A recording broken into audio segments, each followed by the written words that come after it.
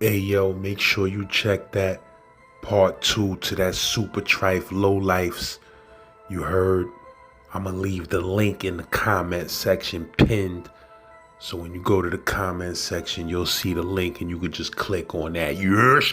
You heard? Shout out to InSource TV. You heard they wanna come up with it. Make sure you go check that, leave a comment, tell them Z-Man Suicide Polo with the ski man running around the hood like He-Man at 3 a.m. with 3 swams looking for a dude who ran off for 3 grams. Sent you. Shout out to the whole Bronx. Shout out to Gunny Walker. You heard? Black New York Marine. Leave a comment if you from the Bronx. Let me know what part of the Bronx you reppin'. What projects, what block, what Ave, what street. You heard? Comment gang, you already know what I need you to do. You heard? If you a Marine out there, leave a comment. We got another episode following up after this, talking about that whole Jordan Neely situation. Stay tuned, you heard? But yeah, shout out to bro Gunny Walker. This another episode of that Boots on the Ground. You heard our series about war and combat and politics. And that's a fact. Z-Lord, get at me. Like, especially, remember I told you, like if somebody comes to me and say, thank you for your service, that makes me cringe, because we wasn't giving out fucking hamburgers. We wasn't giving out hamburgers. I wasn't serving glizzies. I wasn't making coffee for nobody. We wasn't doing that. So how the fuck you gonna walk up to me and say, thank you for your service? The fuck away from me. Don't I smell like blood right now? Don't I smell like a dead baby right now? Get the fuck away from me. You telling me thank me for my service. Get the fuck out of here.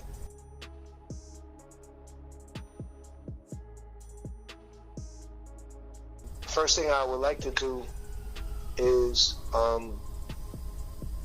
I'd like to shout out the company gunnery sergeant from Alpha Company, 1st Battalion, 5th Marine Regiment, the Regimental Combat Team, number 5, the 1st Marine Division, and the 1st Marine Expeditionary Force. Those Marines that were on the ground in 2004 during Operation Phantom Fury in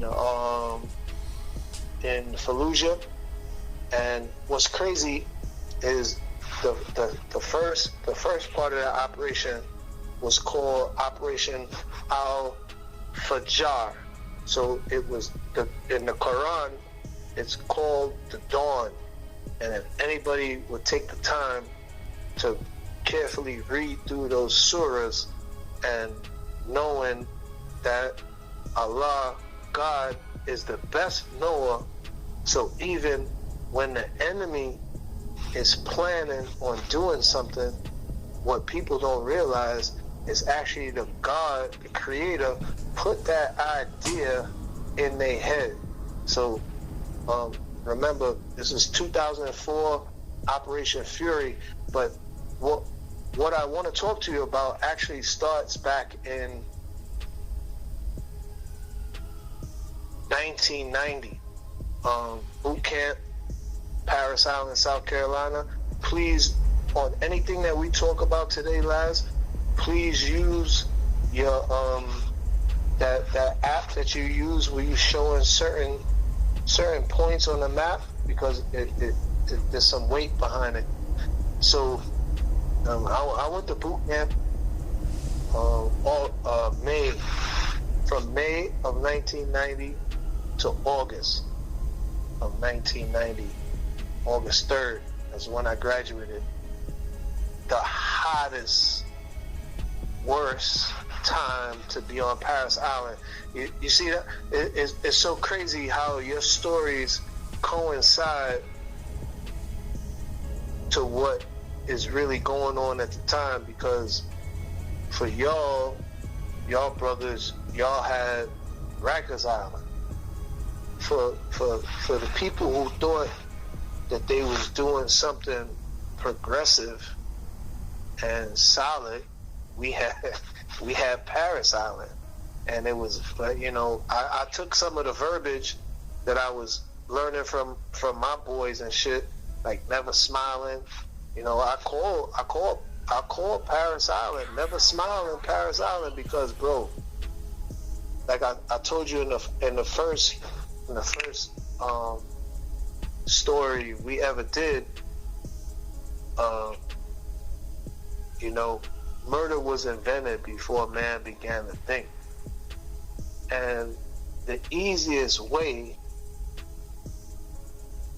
to get murder out of a human being is to subjugate them to an environment where there's no outside influence, there's no outside stimulation. And Parris Island is literally off of the coast of South Carolina. It's in the cut, and there's a lot of bad energy on that island because there was a time during the Vietnam War that there was a drill instructor who worked earlier that day and left, went out in the town, got inebriated, came back and woke his platoon up, took his platoon out to a place called Ribbon Creek, walked these young people into the marsh, and there was like 12 of them that drowned because the tide, when he walked them out there, the tide was out, and in between that 2 or 3 a.m. time period is when the tide came back in. So when the tide came back in, a lot of these guys was stuck up to their chest in like the muck and the mud and all that shit.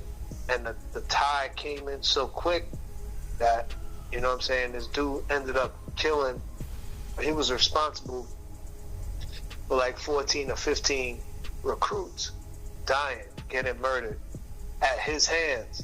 So I think it's very important that this story starts in Parris Island, South Carolina, right?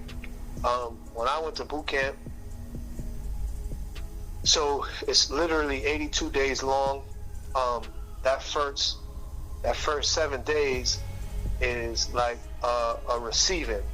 You're receiving. So they checking your medical, your dental, the mental shit.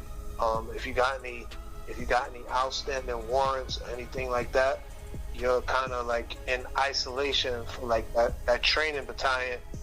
That the training series is in isolation for that first week. So they doing all the background checks. Even though you get a background check before you get, you know, the recruiters do a background check and all that shit. You get a background check once you get on the island because they figure once you're there, you know, it's only one way on and one way off that island. So you're not going anywhere. So my platoon, first of all, I was in 3rd Battalion. So 3rd Battalion was called Thumping 3rd. At the time that I went through, all infantry Marines went through 3rd Battalions. There's 4 battalions down on Parris Island. 1st Battalion, 2nd Battalion, 3rd Battalion, and 4th Battalion is a WM battalion. It's a female battalion. Just recently, what I've heard is that they're actually in 4th Battalion. They have integrated the platoons, and the effeminate men are training with the females. But that's another story for another day. That first week that I was on the island, it kind of lulls you to sleep because it's real. It's intense, but it's not as intense as you think it's going to be when you get to Parris Island. When you got these horror stories coming about training and this and that, and like that first week, you're like, oh shit, is this what the Marine Corps is about? Oh, this ain't shit. But it was like you shot your load, because it's that receiving week is nothing compared to the day or the training days that's coming down the pipe. And we quickly found out that once you get dropped, like they took us from this receiving battalion and they took us out to 3rd Battalion. And 3rd Battalion at the time, it's not that way anymore, but 3rd Battalion was off in a cut. It was called Dumping 3rd. And like the drill instructors, their hands worked. Like, you got sent to 3rd Battalion, you was gonna come out a different individual. That training class, the group of Marines that I got on the island with, initially it was 75 of us when the training started. By the time August came around, I graduated August 3rd. By the time August came around, we only had 25 Marines. And out of that 25, we only graduated 24. There was a dude who his body was so fucked up between sprains and he had a couple broken bones, and the biggest problem he had was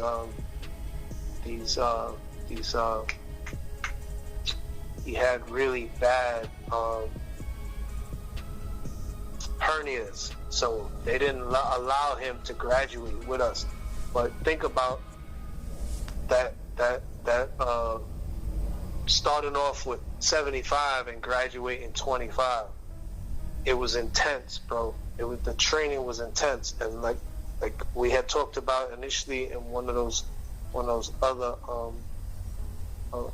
other stories. You know, when you trying to teach somebody about murder, you know, you got to go all the way to the basics. You got to really, literally break somebody all the way down. And I don't know about the Army, the Navy, or the Air Force, or the Coast Guard, but I know the Marine Corps has got that shit down to a science. They will break down all that individual shit that you come to Parris Island with. They will break all that shit down. So I had a drill instructor Staff Sergeant Inman, drill instructor Staff Sergeant Hobbs, drill instructor Staff Sergeant Waters. My senior was drill instructor Staff Sergeant Dale. He was a shitbird. He was from the Air Wing, so he doesn't matter in this story, other than he was a senior drill instructor. He was a black belt. Drill instructor Inman, drill instructor Staff Sergeant Inman, was a Native American. Yo, bro, this dude was 6'4". He had to be the color of mahogany, like dark cardboard. But what's crazy about this dude, he had granite gray eyes.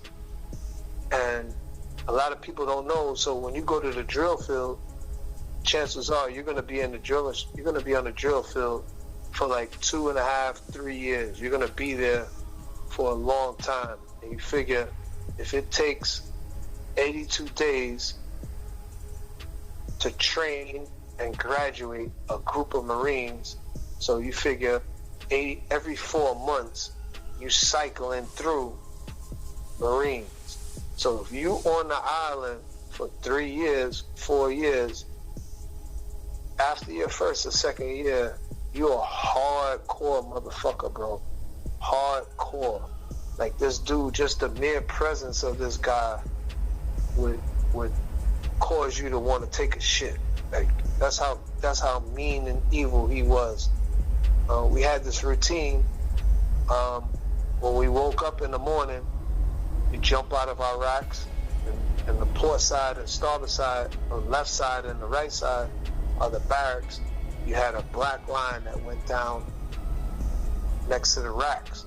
So you have to jump out, stand on it, put your feet at a 45-degree angle, make sure your heel is on the black line, and you count it off, bam, bam, bam, bam, all the way down, 1, 2, 3, 4, 5, 6, 7, whatever.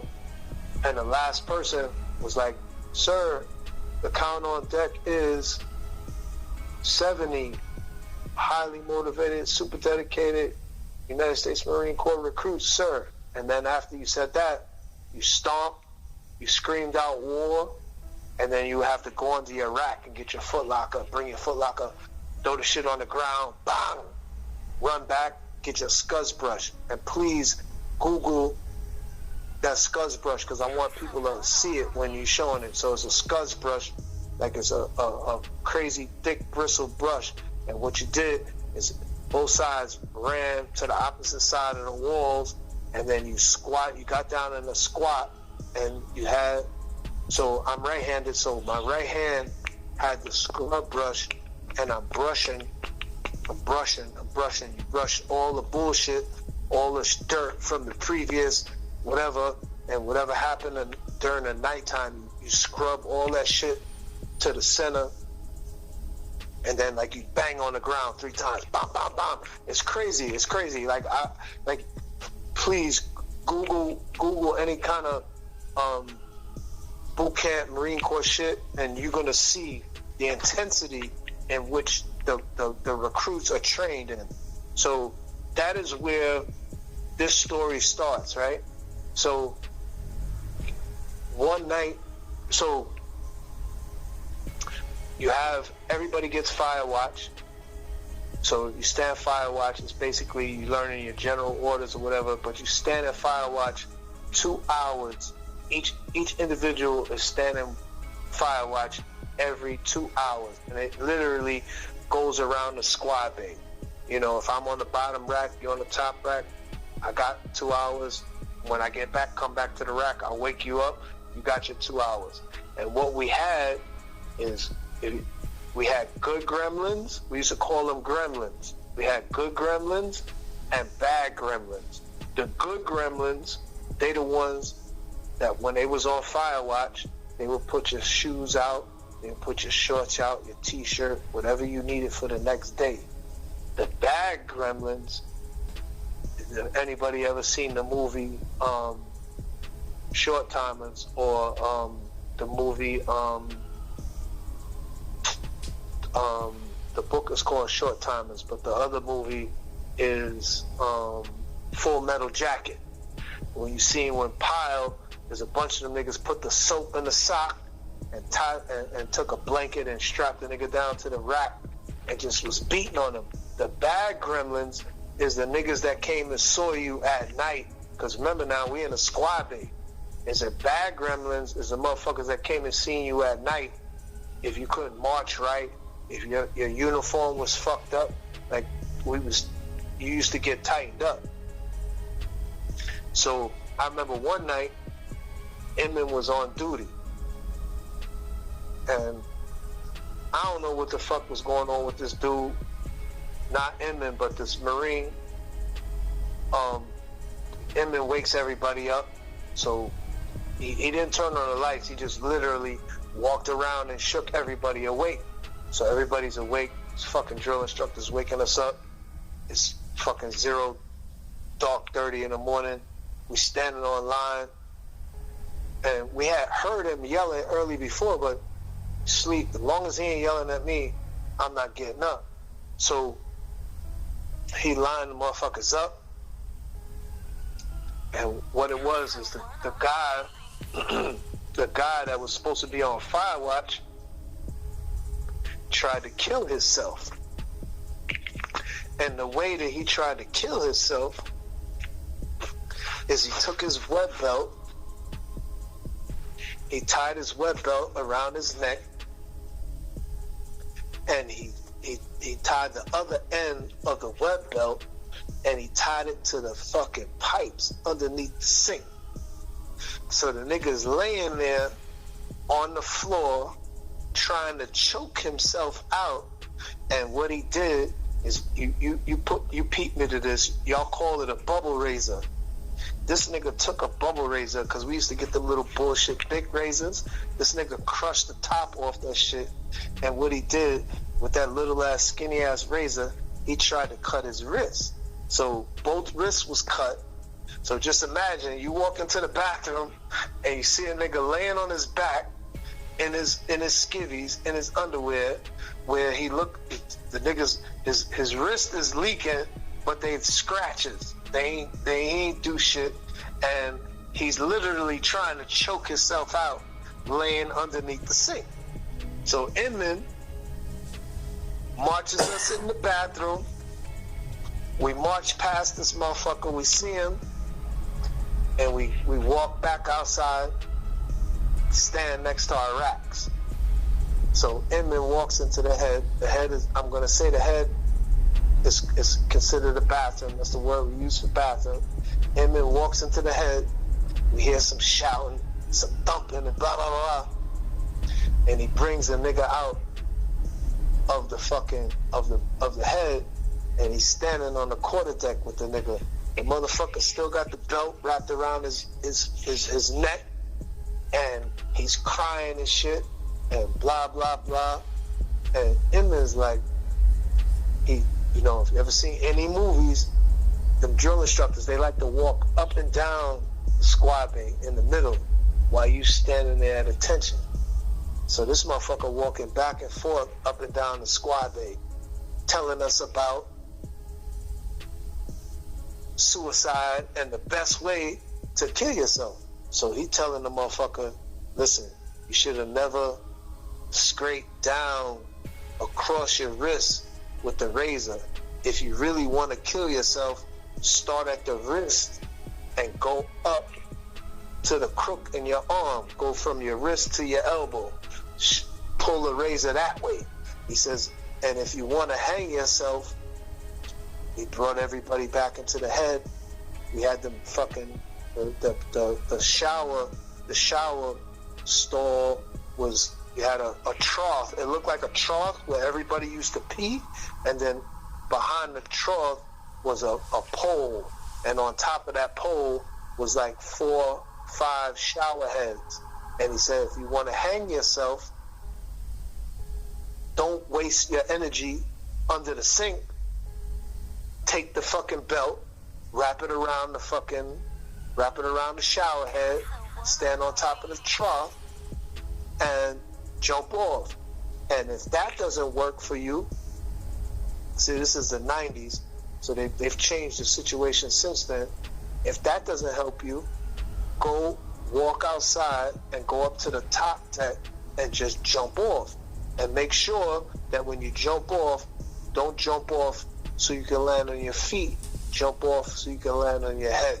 So initially, that was my introduction to suicide. Let me just say it like that. That was my introduction. It was these niggas they were serious about that shit. And at that time, I couldn't understand what would make somebody want to do that to themselves. I mean, as hard as boot camp was, I never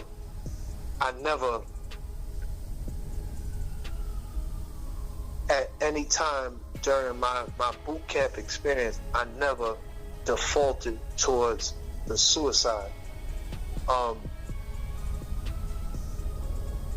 And after you go to boot camp, depending on what your MOS is, you're still going to go to MCT, which is Marine Combat Training. And if after MCT, depending on what your MOS is, you'll go off to another school. And if you're in the infantry like I was, you will go on to SOI, which is a School of Infantry, which everything is in Camp Geiger, South Carolina. Please pull that up. Camp Geiger, South Carolina. So you go from Parris Island, South Carolina, to those, which is just about 4 months, and then you go to these schools. So MCT is like another three weeks, and then SOI could be, depending on the specifics of your O3, what comes after the 03, whether it's 0311, 0331, 0341, 0351, depending on those last two numbers, really is how long you're going to stay at Camp Geiger. And, you know, my second experience with that suicide dynamic came at SOI when it was a corporal who was an instructor who was kind of like, he was kind of on the border of living and dying. There was 8 of us getting transferred from one training site to another training site, and he pulls up in a pickup truck and he's like, all right, y'all get in the back of the truck.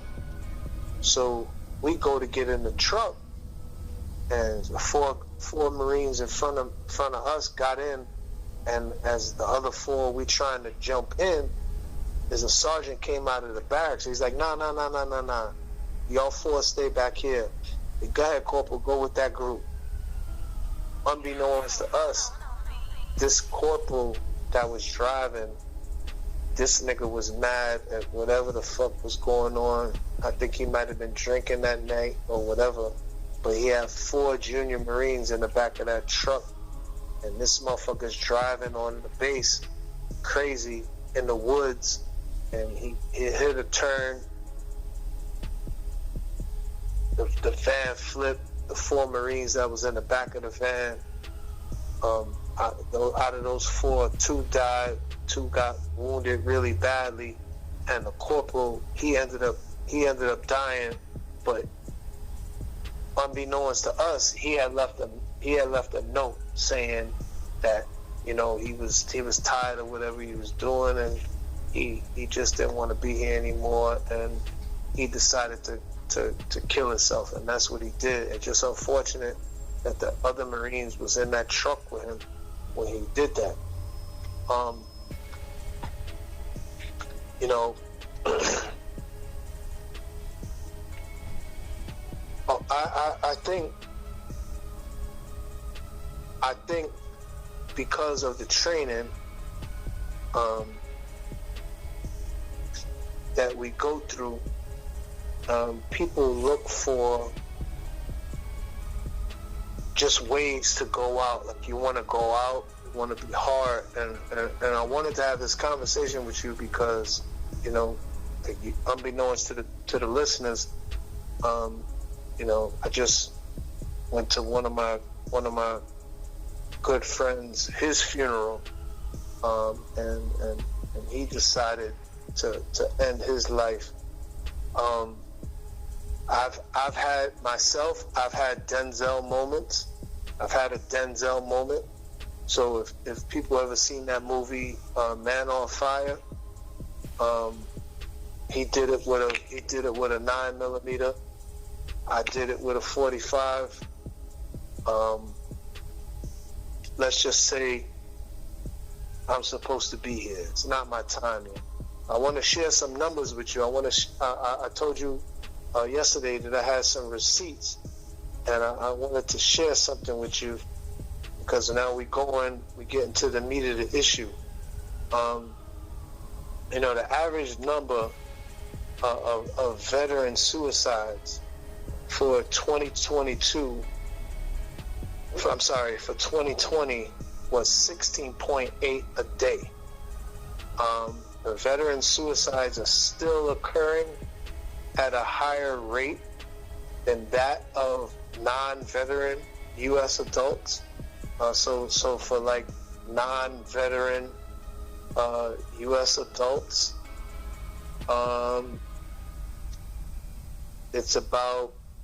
it averages about 16.1 per 100,000. For adults that are veterans, per 100,000 is 31.7. This organization that I've been working with over the past 3 years, the America's Warrior Partnership, Duke University, and the University of Alabama, has indicated that the number of veteran suicides could be upwards of 45 suicides a day. The joint study has reviewed death statistics from 8 different states. Those states being Alabama, Florida, Maine, Massachusetts, Michigan, Minnesota, Montana, and Oregon. And the reason that these states were the only ones that provided reliable data, understanding that the undercounting is due to human error and other factors that cause many deaths to be miscategorized. Now, I'm one guy. I haven't been in active service since 2010, and I know of at least, with the death that just passed, the death that just happened, there's at least 12 guys that I know personally that have decided to end their life, right? You know, what is causing this miscategorization is that the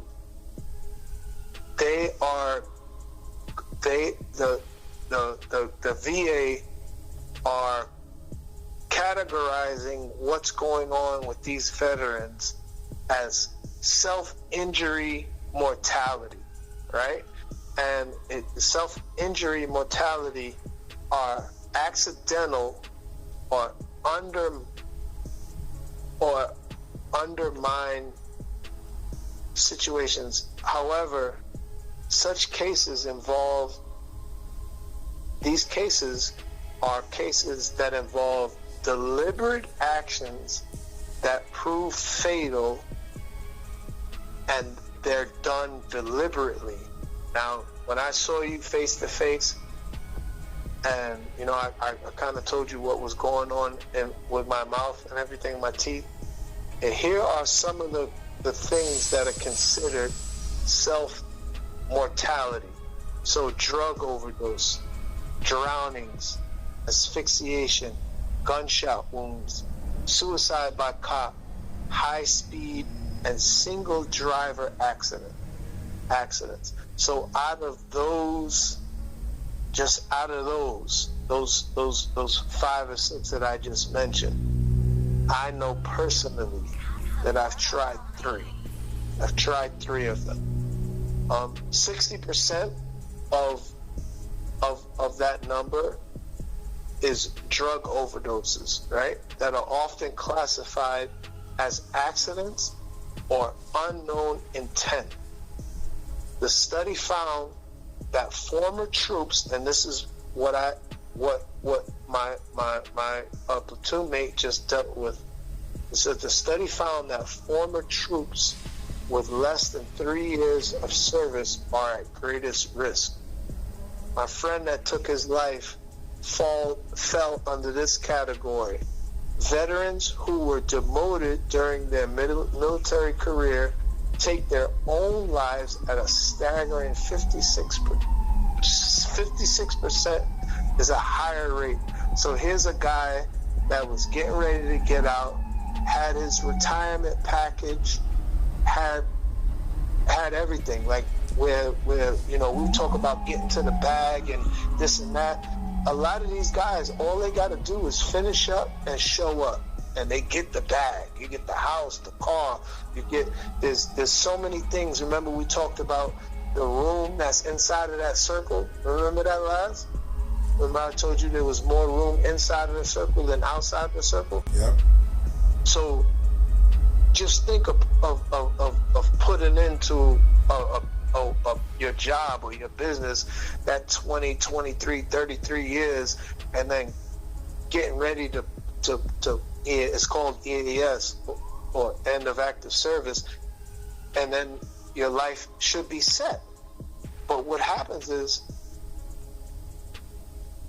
the things that they've seen, like, and I'm gonna fast forward just ahead for a moment. I want to talk to you about Operation Phantom Fury, or a lot of people initially what it was called was Operation Al Fahar. So anybody knows the Quran, the surah called the Dawn. Why these ground commanders decided to call it the Dawn and not be proficient or not have read the Quran? I don't know what they was doing to themselves. So I would say during the year of 2004 in Fallujah, initially there were 4 Blackwater contracts that were killed. The government, the Marine Corps, and all this wisdom decided, you know, we're gonna take and hold Fallujah. So at that time, I'm with 1st Battalion, 5th Marines, and 3rd Battalion, 5th Marines, Regimental Combat Team. We hit Fallujah. Fallujah has got to be one of the biggest cities in Iraq. In that span of time, I want to say, some people say it was 4 months. I want to say it's more like 6 months. More than 100 killed in action and 600 plus wounded. The city was well fortified. They had propane bottles that they were using. What they would do is they would fill an objective with these large 55-gallon drums of like gasoline with like booby traps, and it was horrific, bro. It was everything that you would think an engagement in the city, the most congested city that you can think about.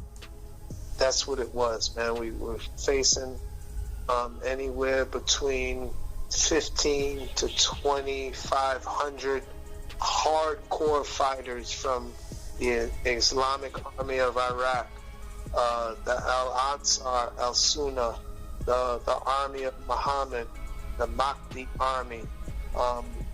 And those brigades were filled with Chechen, Filipino, Saudi, Libyan, and Syrian fighters. You know, America has done something that no one else, that America has done something that the Prophet himself was not able to do, and that was to bring together the Sunni and Sufi splinters of Islam, to say to the brothers, they look at each other and say, you know what, I might not like you, you might not like me, but we have a common enemy right now, and the enemy is over there, and this is what we're going to do.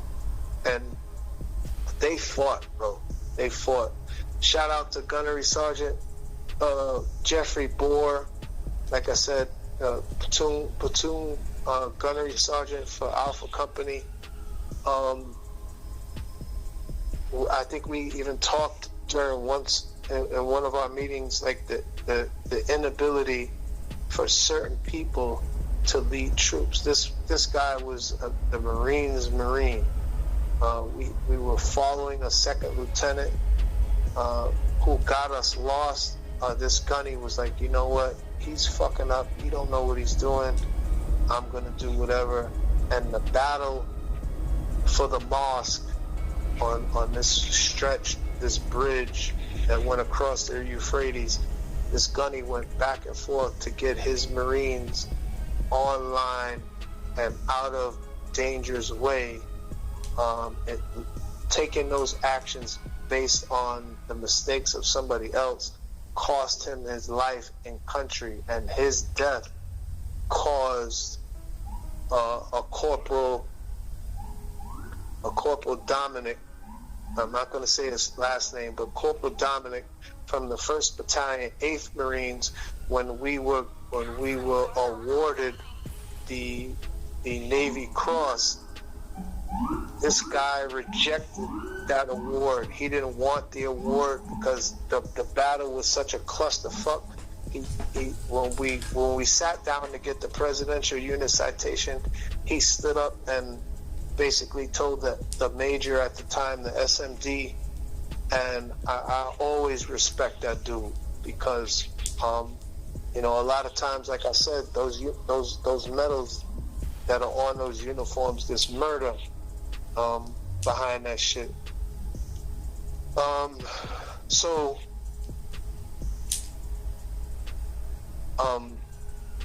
Brown University did a study from 2021, and it indicated that 4 times as many veterans have died by suicide than in combat since September of 2001.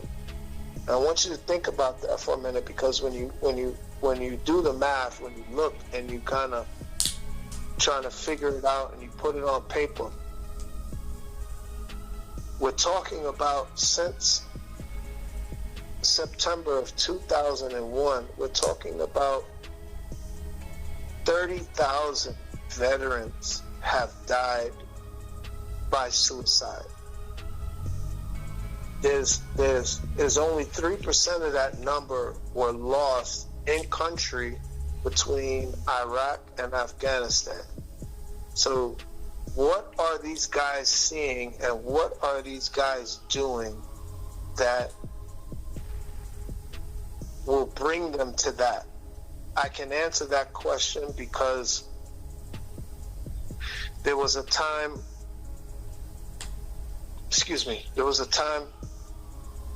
right after my enlistment that, because of the pain of seeing and doing the things that we did while I would be grilling food for my family, I would take a cutlass and put the cutlass in the coals and let it get white hot. And in between serving my family and acting like everything was okay, I would take the cutlass, bro, and I would burn myself, like literally inflict pain to myself to release the pressure that I was feeling. I had a wonderful wife, I got beautiful children, but the scenes from the battlefield, they don't shut off. They don't turn off. The smells don't stop. The sounds don't stop. Brown University study from 2021 indicated, like I said, that 4 times as many veterans have died by suicide than in combat. That is crazy. And I think the main reason is asking for help is very difficult to do. I know for me, I had a situation where I went to go see the chaplain. Here's a chaplain who is a lieutenant colonel, a Navy captain. I went to go see him. He said, "Sir, I'm not able to sleep. I'm having these problems. I'm feeling like I want to load something up and let people have it because my temperature and my attitude is short." Yeah, this motherfucker went into a locker and pulled out a bottle of Jack Daniels and a cup and gave it to me. And it was like, "You know what, Marines, start off on this. If this doesn't help you, come back and see me." That's not the type of help that I needed, lads. That's not it, because it didn't turn off the noise. It didn't turn off the vision of that little girl laying there. And this This is after Somalia. We're talking about Iraq now. This is after Somalia. This is after seeing that little girl in her peanut butter. This is after seeing, 50 cows go by somebody and taking off an arm or a leg. This is after seeing pink mist. This is trying to rationalize the shit that I'm doing to take care of my family. So again, asking for help is very difficult. Personal responsibility is a cornerstone of military culture. Suicide is rarely discussed in the United States, let alone in the military. And far too often, we shy away from shining a light on it. And not only on that, but its many complexities. We definitely do a disservice to our veterans and to all who silently struggle when we fail to talk about the mental health treatment, the social and economic stress, and the divide between the poetry of honoring, like especially, remember I told you, like if somebody comes to me and say, thank you for your service, that makes me cringe, because we wasn't giving out fucking hamburgers. We wasn't giving out hamburgers. I wasn't serving glizzies. I wasn't making coffee for nobody. We wasn't doing that. So how the fuck you gonna walk up to me and say, thank you for your service? The fuck away from me. Don't I smell like blood right now? Don't I smell like a dead baby right now? Get the fuck away from me. You telling me thank me for my service. Get the fuck out of here.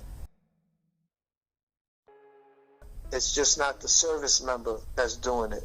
It's just not the police officer that's doing it. It's just not the fireman that's doing it. You know what I'm saying? It's the EMT person that's doing it.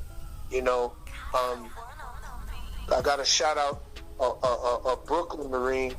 I'm going to say his first name. I'm not going to put his last name out there. His first name is Rashid. And Rashid was killed in Iraq by another Marine because this Marine, the Marine that shot him, was scared. And when Rashid came around the corner, because Rashid was he looked like me and you, even though he was in the uniform, the dude was so fucking scared that he let off on the dude and ended up killing his own people. So how do you make that right with yourself? Where's a place to go and sit down and say, you know what, you're not a bad person? Because that's the one thing that I struggle with. I still struggle with it. You know what I'm saying? I have my moments. It's like I'm not a bad person. It's just I'm a good person that I've been through some bad experiences. And like I said, I've had a Denzel moment. I'm gonna send you a picture of that round. But I've had a Denzel moment, and you know what keeps me walking around and doing what I do? It's the young people, lads. Those numbers that you was reading, the rates of suicide amongst amongst veterans, that's ridiculous, bro. Yo, think about that shit, B. 44 a day. It's 44 people a day that say to themselves, you know what? Fuck it. I don't want to be here no more. Fuck it. I don't want to do this no more. So what did they see? Well, I mean, I'm asking that. It's a rhetorical question for me. But it's like when you ask, like we had a sign, man, in our duty hut in Iraq, and it said, "The Marines are at war. America's at the mall." Nobody gives a fuck what's going on, bro. And it's kind of hard if you fighting against poverty or if you're struggling against poverty every day, to really give a damn about what's going on, unless you have somebody, either that's your boy, it's in your family, that's overseas right now. And I don't agree with nothing that's going on overseas right now, because listen, bro, I work with these young people, and everything that I've learned by watching your channel and hearing these different stories about people's experience behind the wall, I deal with those children every day. I deal with those little boys every day. That's half of them little boys are never gonna see their father again. I deal with them little girls every day. Half of them little girls is not gonna see that parent. And the most fucked up part about all of this bullshit is we got homes that these kids live in these homes, and that parent might be serving time behind the wall, and the mother has taken on another boyfriend or whatever, but this nigga a jailbird too. So when he come home, he fucking with the little girl, he ripping off the little boy. If it's opposite, you got these niggas coming home from the institutions, from the penitentiary, 10, 15, 20, 25, 30 years. These niggas are serving all this time. They coming home. They feel like it's okay to fuck with their daughter. They feel like it's okay to rip off these little boys. Like, what the fuck is going on with y'all, bro? Like, what? Like, America eats us young, man. Like, what the fuck are we doing as a people? And you know what's crazy about it? When these other countries decide to move on America, nobody's gonna give a fuck about us, because when the bullshit was going on, we didn't take a stand in our fucking communities, my guy. We didn't take a stand. We didn't say, you know what? Y'all fucking police come down here again, it's gonna be some shit. But you'll run up the block and shoot up your op. But these pussy ass niggas coming down, because I tell you, it's easy to kill something that don't look like you, B. So here you got a nigga, America's been at war just conservatively, and I know I'm sounding heated, and that's not my intention, but conservatively, America's been at war for 20 fucking years. So now you got a segment of the population, because of their legal status, that has the ability to go overseas and do the things that they want to do. You got another segment of our population, because of their legal status, can't do that. They wards of the state, because it's on probation, parole, this, that, community service. Like, you under community control. So here you got this motherfucker all over the world. It looked like black people is destroying this motherfucker, destroying this country. The shit goes on in our communities that should not go on. There's certain things that happen in our communities, the shit should not happen. You do stories with people all the time that are talking about things that they might have did in their communities, but that shit should not go on. So what makes you think, if the person we share this country with is okay with killing us, what makes you think that under Title 57, the UN can't come in and annihilate all of us? And you know what? The world is going to shut the fuck up. They ain't going to say nothing. They're going to stand by and watch the shit happen. You know why? Because what do black people produce in this fucking country? What do we produce? What? We got a jump shot and I can run a 100-yard dash. What do I produce on the world stage that would prevent the rest of the world from letting me get annihilated. And who is gonna look out for us, lads? Who is gonna go to war for us, lads? It ain't Brandon and Biden and Kamala. They not gonna stand up for us, bro. And actually, at this point in time in our history, we don't need anybody to stand up for us. We need to do it for ourselves. The world is going mad, and we sitting here, and niggas is worried about the finals. Niggas is worried about what shoes I'ma get. Motherfuckers is worried about what's coming on TV next week. And you realize that we got countries encircling the United States right now, and niggas is oblivious to it. We outside. The weather's getting better. We outside. Watch next week. They're getting ready to remove the dollar as the viable currency on the world market. So when you see these pictures of these motherfuckers holding up these stacks of money to their fucking head, like they flossing, yeah, that's how much you're gonna have to pay to get a loaf of bread, you stupid fuck.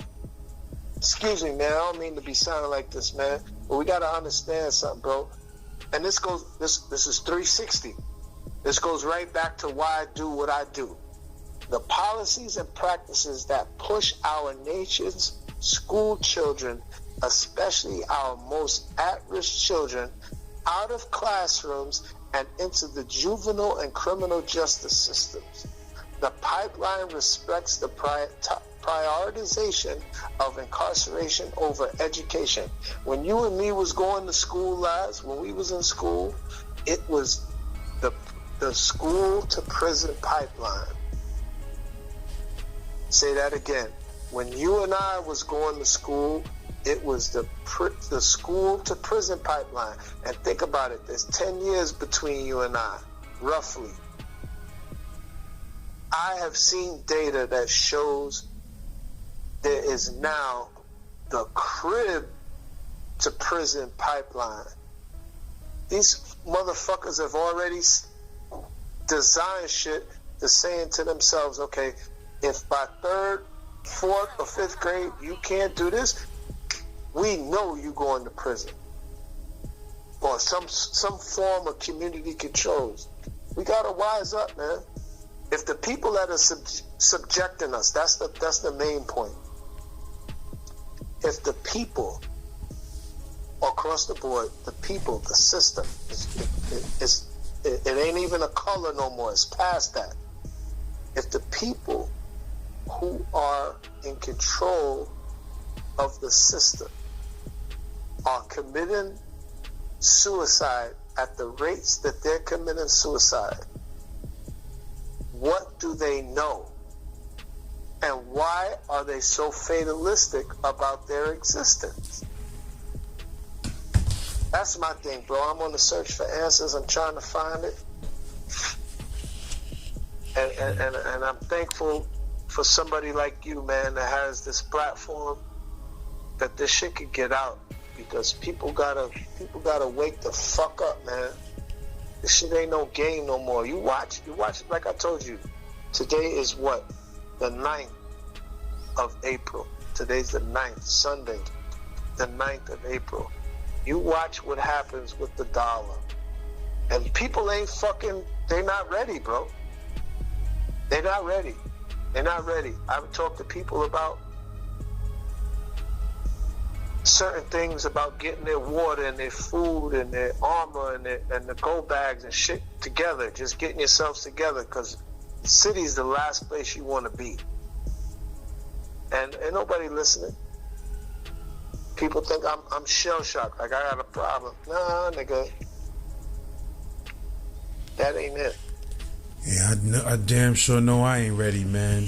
You know what I mean? This shit is stressful. Nigga done spent half his life trying to reach success, and now when a nigga finally about to reach some success, the motherfucking world want to end. Yeah, but you winning, bro. Think about that shit, man. Nigga ain't gonna be winning if that dollar collapse. Well, I mean, but you winning, bro. You're a father. You got babies. You're never gonna die. Somebody's always gonna be on this planet that look like you, bro. You just gotta secure it.